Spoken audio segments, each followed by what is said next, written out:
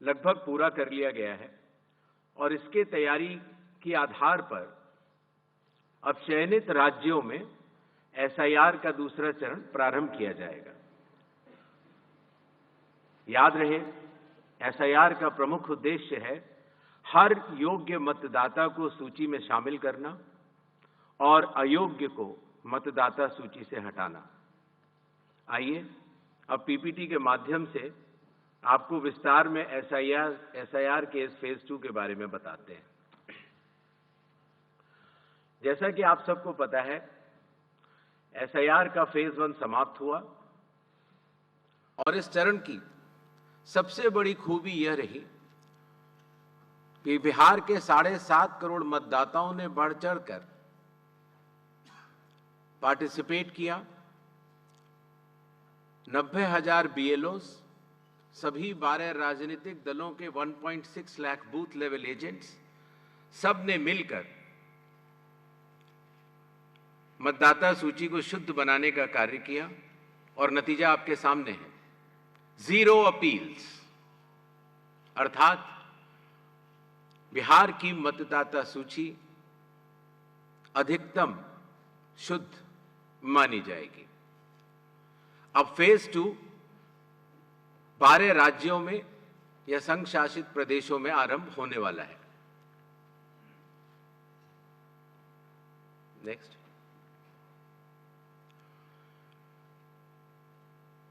किसी भी मतदाता के लिए जो उसकी अर्हताएं हैं वो संविधान के अनुच्छेद 326 में लिखी गई हैं, अर्थात भारत का नागरिक होना, कम से कम आयु 18 वर्ष की होना, उस विधानसभा क्षेत्र का सामान्य निवासी होना और किसी अन्य कानून से उसको डिस्क्वालीफाई न किया गया हो।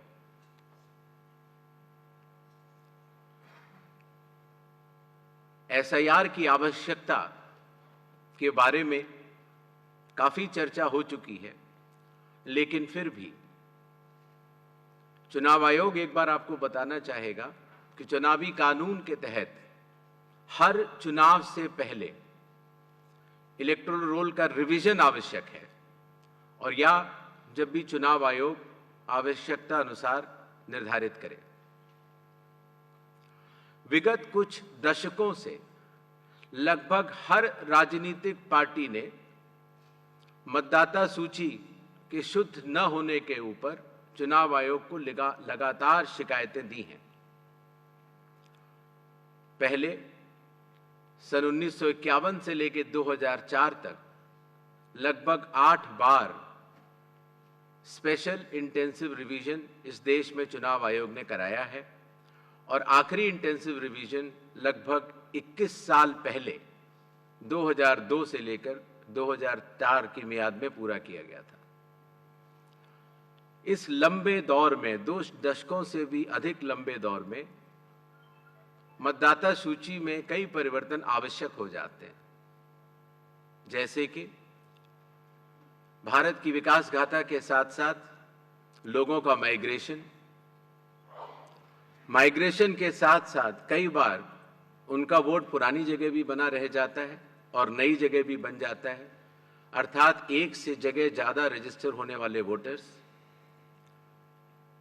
कई बार किसी की डेथ होने के बाद भी उसका नाम न हटाया जाना या गलती से किसी भी विदेशी नागरिक का नाम मतदाता सूची में आ जाना, इन चारों कारणों की वजह से चुनाव आयोग ने निर्णय लिया कि पूरे देश में चरणबद्ध तरीके से एसआईआर कराया जाए और इसकी पहली कड़ी बिहार आपके सामने समाप्त भी हो चुकी है और बड़े सफलतापूर्वक लोगों ने चुनाव आयोग पर विश्वास भी जताया है।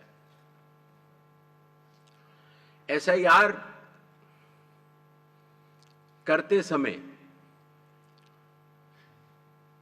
एक बहुत बड़ी संख्या में चुनावी कर्मी चुनाव आयोग के साथ कंधे से कंधा मिलाकर काम करते हैं। आपको पता होगा कि लगभग हर 1000 वोटर के ऊपर एक पोलिंग स्टेशन औसत तौर पर हो जाता है। हर पोलिंग स्टेशन पर एक सरकारी कर्मचारी बूथ लेवल ऑफिसर के तौर पर कार्य करता है। एक विधानसभा क्षेत्र में 300 या 400 के बीच में लगभग पोलिंग स्टेशंस होते हैं और हर विधानसभा क्षेत्र में एक इलेक्टोरल रजिस्ट्रेशन ऑफिसर होते हैं। वो भी सरकारी कर्मचारी होते हैं और एसडीएम के स्तर के होते हैं और उनके अंडर में ये सारे बीएलओज कार्य करते हैं। इलेक्टोरल रजिस्ट्रेशन ऑफिसर को सहायता करने के लिए assistant electoral officer registration officers भी होते हैं, जो कि लगभग हर तहसील में एक या उससे अधिक होते हैं। ईआरओ एक सब डिविजनल मजिस्ट्रेट के लेवल का अधिकारी होता है, जिसकी कानूनी जिम्मेदारी होती है कि वो मतदाता सूची ड्राफ्ट तैयार करे, जनमानस से मिले हुए क्लेम्स एंड ऑब्जेक्शंस को रिसीव करे और उनके ऊपर एक निर्णय ले और उसके बाद एक फाइनल मतदाता सूची प्रकाशित करे। ईआरओ के इस निर्णय के बाद, अर्थात फाइनल मतदाता सूची प्रकाशित करने के बाद, अगर किसी भी सिटीजन ऑफ इंडिया को, उस विधानसभा क्षेत्र में रहने वाले किसी भी मतदाता को अगर कोई भी अपील करनी हो तो वो उस जिले के जिला अधिकारी के पास कर सकता है और अगर वह जिलाधिकारी के निर्णय से भी असंतुष्ट हो तो उस राज्य के चीफ इलेक्टोरल ऑफिसर के पास अपनी सेकंड अपील दायर कर सकता है। यह मैं इसलिए आपको बता रहा हूं कि बिहार में सभी राजनीतिक दलों के साथ मिलकर जब एसआईआर हुआ, उसके बाद जो जिला मजिस्ट्रेट्स के पास अपील आई 38 जिलों में, वह 0 थी। अर्थात ईआरओ और इलेक्टर्स ने मिलकर और बूथ लेवल एजेंट्स ने मिलकर बहुत ही अच्छा काम किया।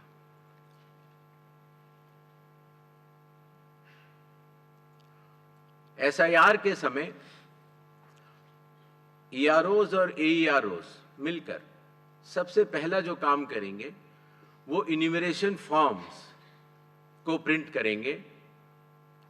जिन राज्यों में एसआईआर हो रहा है या अभी होने वाला है, उनकी मतदाता सूची आज रात को 12 बजे फ्रीज कर दी जाएगी और उन हर मतदाता को जिसका नाम उस सूची में है, उसको एक यूनिक इन्यूमरेशन फॉर्म प्रिंट करके बीएलओ उसके घर देने जाएंगे। इन्यूमरेशन फॉर्म में वो आवश्यक डिटेल्स होंगे जो कि आज की मतदाता सूची में हैं। जब बीएलओ फॉर्म्स डिस्ट्रीब्यूट करना शुरू करेंगे एग्जिस्टिंग इलेक्टर्स को,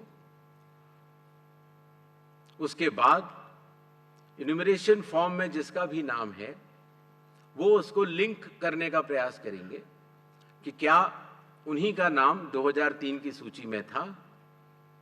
अगर था तो उनको कोई भी कागज और नहीं देने होंगे। इसी तरीके से अगर उनका नाम स्वयं नहीं था और उनके पिताजी या माताजी का नाम था तो भी उनको कोई और कागज नहीं देने होंगे।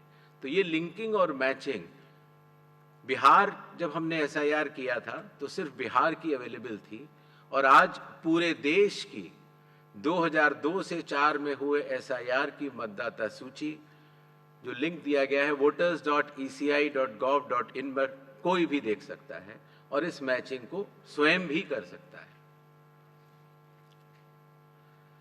बीएलओज, बूथ लेवल ऑफिसर्स एसआईआर की प्रमुख कड़ी होते हैं। जब वो घर जाते हैं तो कई बार ऐसा भी हो सकता है कि किसी और व्यक्ति की उम्र उस घर में 18 साल के ऊपर की हो गई हो, तो हाथ की हाथ उसी समय वो उनका फॉर्म 6 भी भरवा लेंगे और डिक्लेरेशन भी ले लेंगे और उसकी मैचिंग और लिंकिंग भी पुराने एसआईआर से कर लेंगे। कई बार हमारे मतदाता अगर पढ़ने या लिखने में उनको दिक्कत है तो बूथ लेवल ऑफिसर उनको इन्यूमरेशन फॉर्म भरने में मदद भी करेगा और मदद करने के बाद इस तरह के सारे इन्यूमरेशन फॉर्म्स मैचिंग और लिंकिंग करने के बाद वो ईआरओ और एईआरओ को जमा करेगा।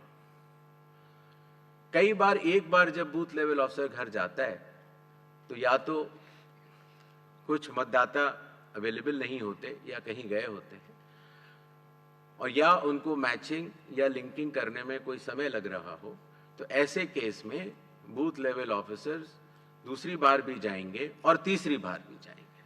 3 बार हर बीएलओ हर घर जाएगा।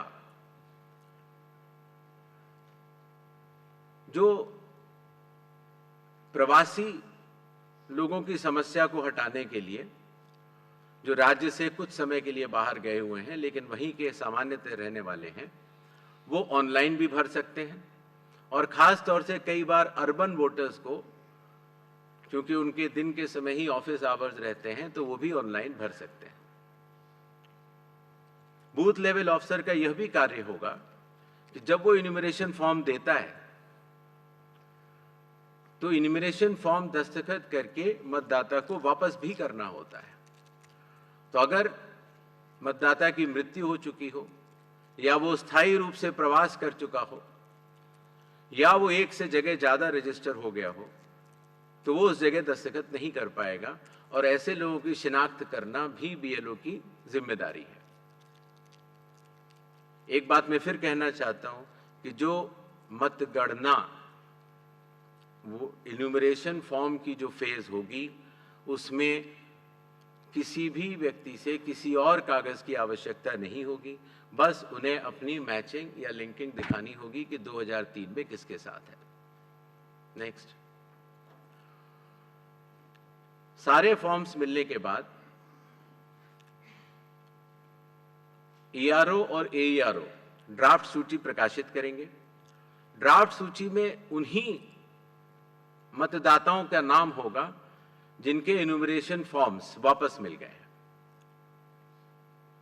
जिन मतदाताओं की मैचिंग या लिंकिंग नहीं हो पा रही है, 2003 में कहां थे, 2003 में आपके माता पिता भी नहीं थे या कोई भी नहीं था, ऐसे लोगों को भले ही उनका इन्यूमरेशन फॉर्म मिल गया हो, लेकिन नोटिस जारी करेगा ईआरओ और एईआरओ, और नोटिस जारी करने के बाद फिर वो उनकी एलिजिबिलिटी डिसाइड करेगा, इंक्लूड करने के लिए या एक्सक्लूड करने के लिए, बेस्ड ऑन इंडिकेटिव डॉक्यूमेंट्स, जो मैं आगे बताऊंगा।